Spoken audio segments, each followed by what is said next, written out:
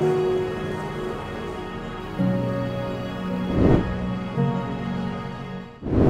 لکه څنګه چې تاسو پوهېږئ استقلال شفاخانه یو ټیچینګ هاسپیټل دی.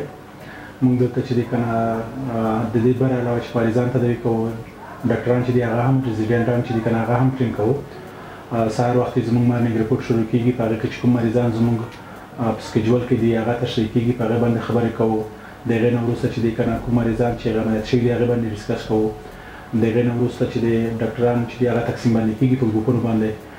A, B, C ګروپونه لرو، هر څوک خپل مریضان وزیټ کوي. شیټ چې دی که نه د آی سی یو مریضان وزیټ کوي. وزیټ چې خلاص شي موږ چې دی هغه مریضان چې کوم عملیاتي د لپاره سکیجول دي هغه مریضان عملیات لپاره وړو. که کوم مریضان عاجل راغلي وي هغه د انډر ابزرویشن لاندې وي بیا هغه مریضان وړو. په ټیچینګ کې دلته موږ ډېر فوکس د مریض په سیفټي باندې دی که نه چې موږ مریض ته یو ښه کار وکړو او ورسره ریزیډنټ ټیچ کړو. لپراسکوپیک چې دی که نه د افغانستان په لیول باندې یوازینۍ شفاخانه ده چې لپراسکوپي دلته عملیاتونه ترسره کېږي. الحمدلله اول به دا و چې دا عملیاتونه ما کول. د هغې نه وروسته اوس ما نور ډاکټر صاحبان اوس ځان ټرین کړل که نه چې هغه اوس د عملیاتونه په مخ باندې وړي. هغې ډاکټر صاحبانو چې دي که نه نور ډاکټر صاحبان ریزیډنټان چې دي اوس ټرین کړل. اول وار دی د افغانستان په تاریخ کې چې زموږ یو ریزیډنټ په دولتي شفاخانه کې لپراسکوپي کې ټرین کېږي او مستقل عملیات کوي. یعنې دغه به د تاریخ به شاید دي. نور انشاءالله د څونه مریضان چې دي که نه د هغې سره موږ ټول د لکه د ورور یا د خپل فامیل په قسم باندې ګزاره کوو. مریضان ډېر نشته، دوه مریض چې عملیات شي 2 ورځې بعد چې دی یا 1 ورځ بعد چې دی که نه هغه موږ مستقل کور ته رخصتوو. معمولا دلته 20 مریضان، 18 مریضان، 15 مریضان سلیکټیو چې دي که نه هغه عملیاتېږي. د دې سره په څنګ کې چې دي 7 مریضان چې دي عاجل عملیاتېږي. که په سر ډبل ډول حساب کړو 15 باندې مریضان چې دي موږ یو ورځې په دغه شفاخانه کې عملیات کوو.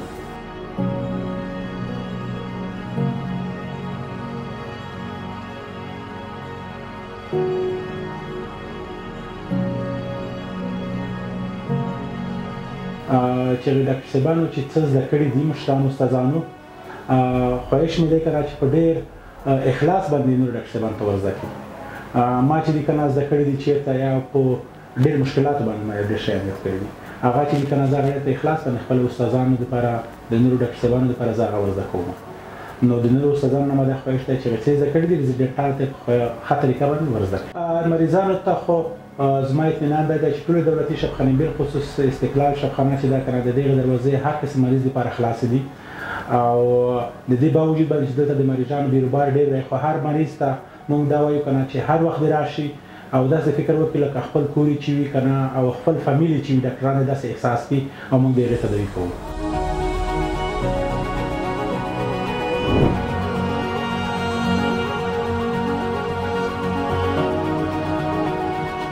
په دې آی سی یو کې موږ سنټر لاین اکسیجن ماشینونه لرو، همدارنګه سټنډرډ معیارونو باندې جوړه شوې وه. آی سی یو د هر بیډ ترمنځ 3 متره فاصله موجوده ده او 12 بستر اکټیو فعاله آی سی یو ده چې په یوازینۍ آی سی یو ده چې په مکمل افغانستان کې بله شفاخانه نه ده. دلته ټول تقریبا داخلي مریضان، قلبي او حتی جراحي کې خراب شوي مسایلادي کې مریضان اختلاط ورکړی موږ بستره وو. تقریبا 12 بیډه دي چې ډېر عاجل مریضان موږ دلته بستره وو او مختلف مریضان موږ تداوي او ډېر شفا ورکول او وځي او تقریبا موږ د شپږو دانې ایونټ ماشینونه لرو او سټاف مجهز د آی سی یو نرسنګ سټاف ډاکټران ټول مجهز دي. تقریبا دا 2 کاله وشو چې دا آی سی یو افتتاح شوې ده او شروع ده خپل کار او د خلکو په خدمت کې.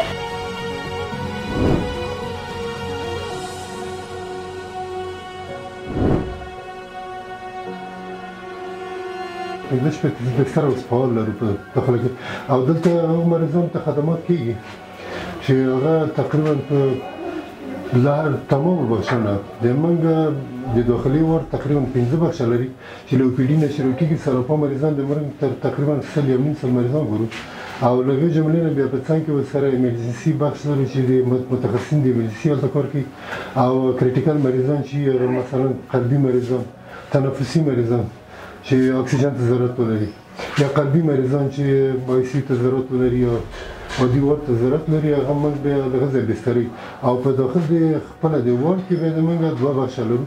یو عادي وارډ ده چې هغه د عادي مریضان پکې بستر کېږي او کریټیکل مریضان پکې کې نه بستر کېږي او آی سی یو د مردانه آی سی لرو، زنانه آی سی لرو چې تقریبا 9 مریضه په مردانه ICU کې لرو. په ICU کې هغه مریضان موږ نیسو مختلفه باشه. ته قلبي بخش مریضان موږ نیسو، مثلا د اتشاد میوکارد.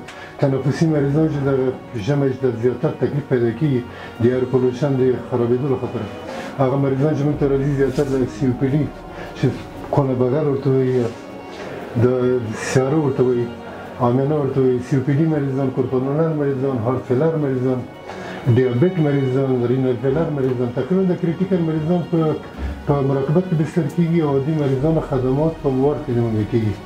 او تقریبا دغه اوس چې موږ تاسو دلته خبرې کوو زموږ تقریبا 50-60% مریضان د ژمي په موسم کې هغه مریضان تشکیلي چې هغه د تنفسي ناروغۍ لري او تنفسي ناروغۍ زیات سبب یې همدا دی چې دغه د هوا د ککړوالي له خاطره زیاتره هغه کېږي او په کورونو کې هم سم د وینټیلیشن درست صورت نه دي، پروټیکټیو مواد موجود نه او زیاتره د دود له وجې د هوا د خرابوالي له خاطره یا د آلودګۍ له خاطره زیات مریضان زموږ اکسربیشن ته ځي.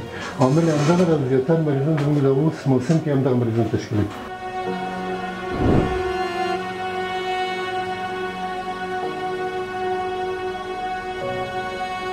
مدت 6 روز میشه که اومدیم اینجا بستر هستم. تکلیف فشار بده و تکلیف قلبی بده. دکتر صاحبا زیاد خدمت کرده، ازشون راضی هستیم. کنم مشکل نداریم، حالا بخیر جوشی نمیگذاره بیهود پیدا کنیم که این حسابا بگه خدا مریضا را شفای بخیر بده. دکتر صاحبا زیاد خدمت میکنه، هر دقیقه از ما پرسان میکنه، دوای مورد وقت زمانش برام میته پیشکاری میکنه، در کنم مشکل نداریم.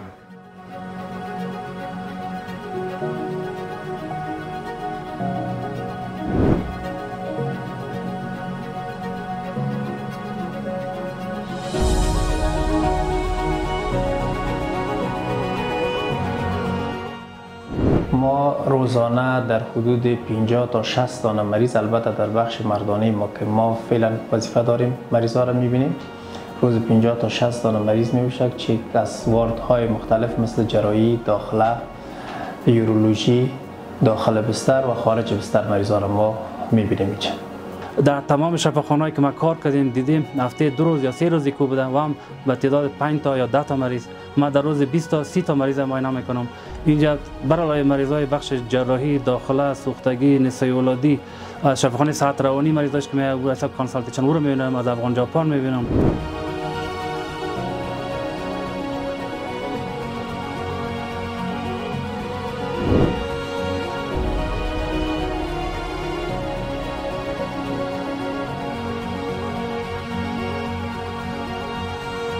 دا شعبې مو ټولې اوس فعال دي، باکتریولوژي، کلچر، اختصاصي معاینات، سیرولوژي. خو داسې وښیه چې 95% موږ ټول معاینات اوس کوو او معاینات ما الحمدلله ښه دي، نتیجه ډېره ښه ده او ښه پرسونل لرو. او مریضان مو چې دي هغه نو موږ د څو بخشونو نه مریضان لرو. یو مو د OPD بخش دی چې هغه روټین مریضان دي چې هرڅه معاینات ورته کېږي او د معاینات نه وروسته دوا او هغه شیان چې لازم دي ورته وشي خپلو کورو ته ځي. نور نسایي ولادي بخش لرو چې هغه حتمي ضروري لکه هیپاټایټ B، C، HIV، VDRL دا حتمي ورته کوو. بس یا نورمال ولادت یا غیر نورمال ولادت کې هغوی ته دا معاینات کوو. بله څانګه مو د جراحي عمومي څانګه دی چې هغه تاسې ولیدله، هغې څانګې نه مریضان لرو چې هغې ته بیا په لوړې سطحې نه معاینات کوو، مثلا ډېر تر CBC او تر نورو معایناتو پورې. داخلي بخش نه مو مریضان لرو چې هغه اختصاصي معاینات لري، روټین معاینات لري، سیرولوژي، ټول معاینات هغوی ته مو کوو. نو دغه بخشونه مو د ایما په تک سره ټول فعال شوي دي او ټول مو جوړ دي. نو الحمدلله اوس خپل کار نه راځوایو، خپلو ټولو اصولو نه.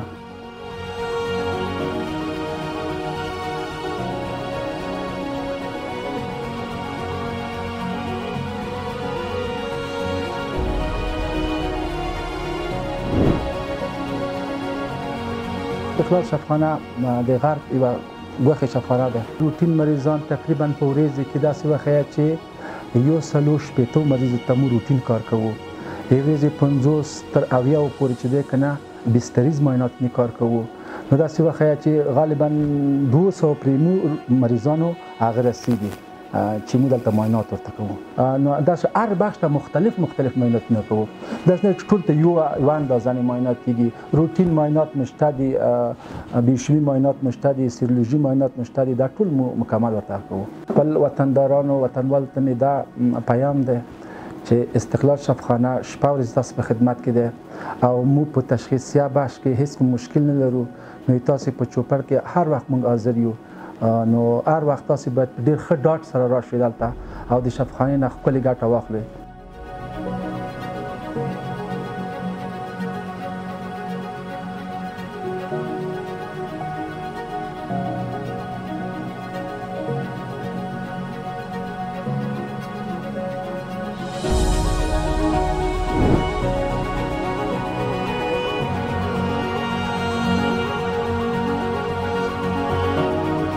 دوایی که جمعی بدیم با مریضای داخل بستر ما توضیح میکنیم و با مریضای سراپا یک مقدار توضیح میکنیم. کار ما الحمدلله خوب است و دوا از طرف وزارت صحت عامه سپورت میشه. این حساب 6 ماه بعد سپورت دوای ما هستند. دیگه کار ما خوب است، ان شاء الله کنم مشکل نیست. دوایی که ما کمبود داشته باشیم پیشنهاد میشه به وزارت صحت عامه، باز اونها خریداری میکنن به استاک مرکزی. از طریق استاک مرکزی پس ما حساب میاریم درخواست میکنیم، میاریم دوای خود در شفاخانه خلاص. نسخه اوپی تقریبا روزانه 30 نسخه 40 نسخه 20 نسخه میایه. چیزی که داشته باشیم برشان میتیم